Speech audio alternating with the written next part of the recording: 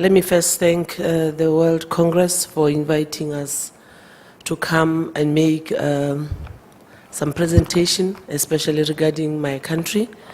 And secondly, I know I'm going to be asked some questions. And at this point, I would say that I'm very happy because I'm with my boss. And I take it that he will take most of the, the questions.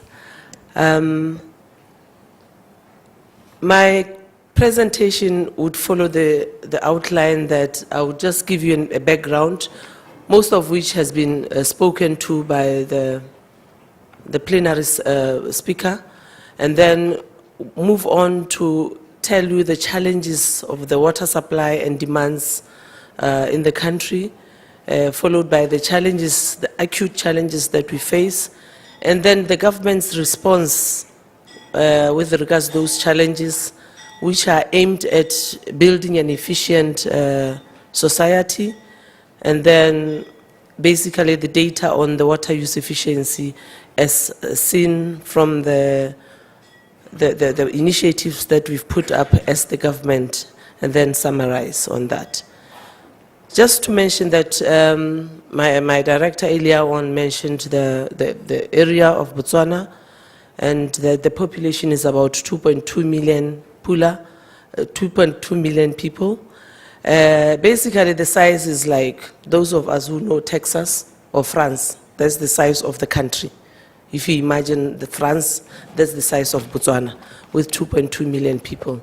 And the problem is that we are a landlocked country, as you can see from, have been elaborated earlier on. But basically, we have a challenge when it comes to the topography of the country.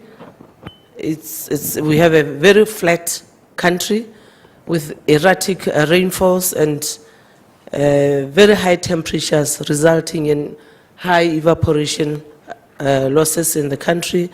And we don't have many perennial systems.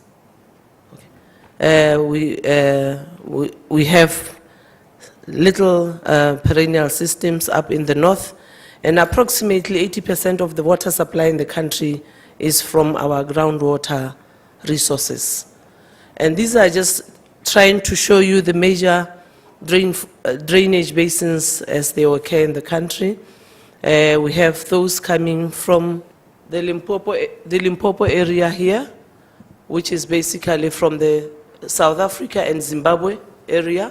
And then we have those in the Kwando Linyanti from the 8 countries that we mentioned, were mentioned in the earlier presentation, and the Okavango area, the delta from Namibia and Angola.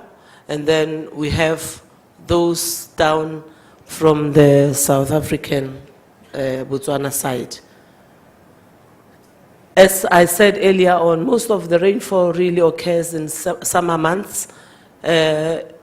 Sometimes about 70% to 90% of this is the actual rainfall that can occur just in one period.